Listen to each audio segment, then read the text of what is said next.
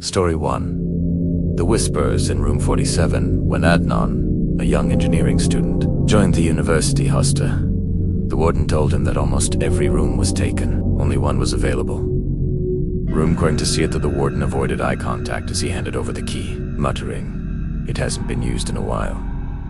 The door creaked loudly when Adnan unlocked it. Dust coated the furniture, and a faint smell of damp wood filled the air. Still, he was relieved to finally have a place of his own. He spent the evening unpacking and cleaning, ignoring the strange chill that seemed to linger in the room. That night, around 2 a.m., he woke up suddenly. At first he thought it was just a dream, but then he heard it.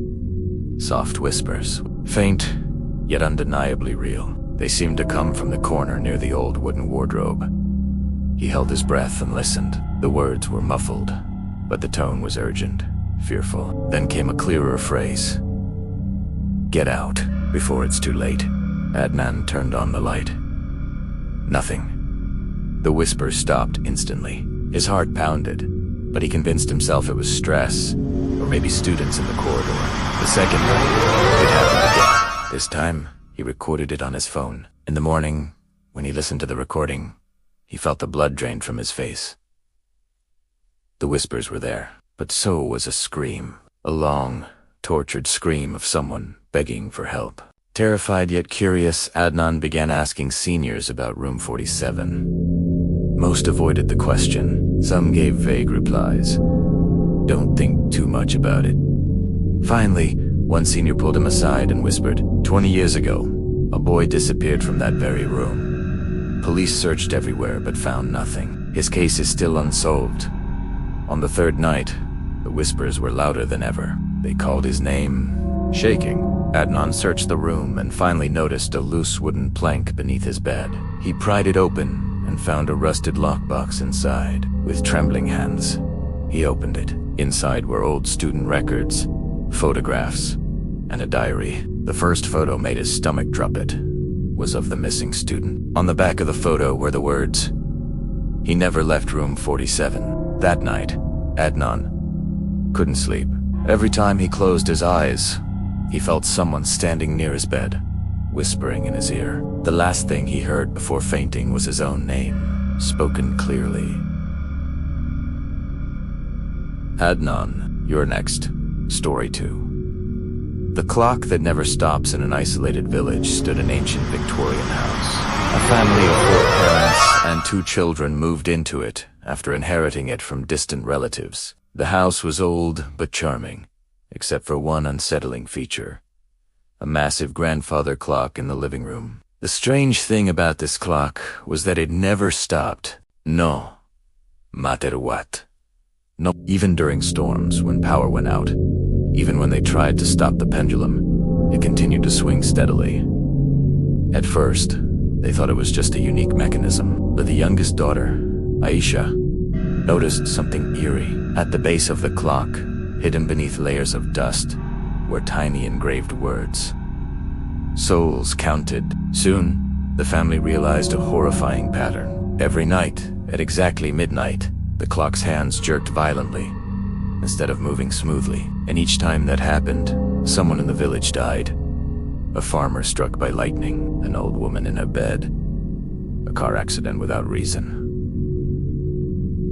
The family grew paranoid. The father, desperate to save his loved ones, attempted to destroy the clock. He smashed the glass, tore at the wood, even set fire beneath it. But nothing worked. The pendulum only swung faster, louder. That night, as the clock struck 12, a chilling silence fell over the entire house. The next morning, all 4 members of the family were found dead in their rooms. Neighbors who came to investigate noticed something carved into the wood of the clock. Matches. And beneath them, the pendulum still swung. Counting. Always counting. Story 3. The elevator to Noah Balil, a young IT worker, often stayed late at his company's high-rise office in Karachi. One night, at nearly 2:30 a.m., he packed up and went to the elevator. The doors slid open, and he immediately noticed something strange. Among the usual floor buttons, there was a new one. 3. The building only had 2 basements. There was no 3. At first, he hesitated. Then, curiosity won. He pressed it. The elevator descended longer than it ever had before. 1 minute. 2. By the 3rd, Billy began to panic.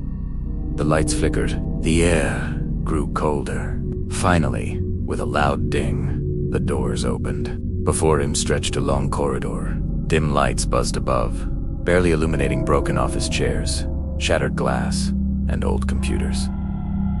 The air smelled of mildew and rust. He stepped out cautiously. As he explored, saw something that froze him in place. On the far wall, written in dark red letters, was his full name. "Welcome back, Billy Hill." His stomach dropped. His legs trembled. How could anyone know? His voice cracked as he whispered. "Who's there?" No reply. Only the sound of dripping water. Then, footsteps. Dozens of them. Slow, heavy, coming closer from the shadows. Terrified, he sprinted back to the elevator, pounding the button repeatedly. The doors closed just as the footsteps reached him. His heart thudded in his chest as the elevator rose back to the ground floor. When he returned the next day, the 3 button was gone. The panel looked perfectly normal, but Bilo never took that elevator again. Because deep down, he knew something. Someday, somehow, 3 would return. And next time it might not let him leave.